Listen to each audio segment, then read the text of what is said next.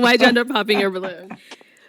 When he said that he's self-conscious, like, are you very self-conscious on just that, or That is multiple things? Okay, so that's a great question. So what I have in mind is this is obviously I'm very self-conscious about this, but when I mean self-conscious, everyone needs to be self-conscious, not in the bad way. Everyone gives self-consciousness a bad connotation, right? Yeah. So if you can be self-conscious knowing like, hey, I'm doing really good at this and I'm going to hone in on this, that's being self-conscious as well, not just on the bad things.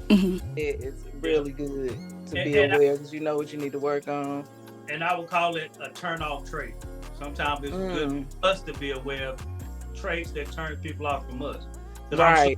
People that said it, or especially when you're coming on Pop the Balloon, you might see somebody say something that you're like, oh, I think I got that too. So recognizing it before somebody else, so you won't get offended when they do say something to you. You know? Yes.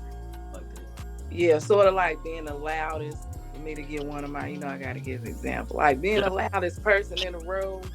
It ain't always so bad, but at certain times, like, you can't always be the loudest person.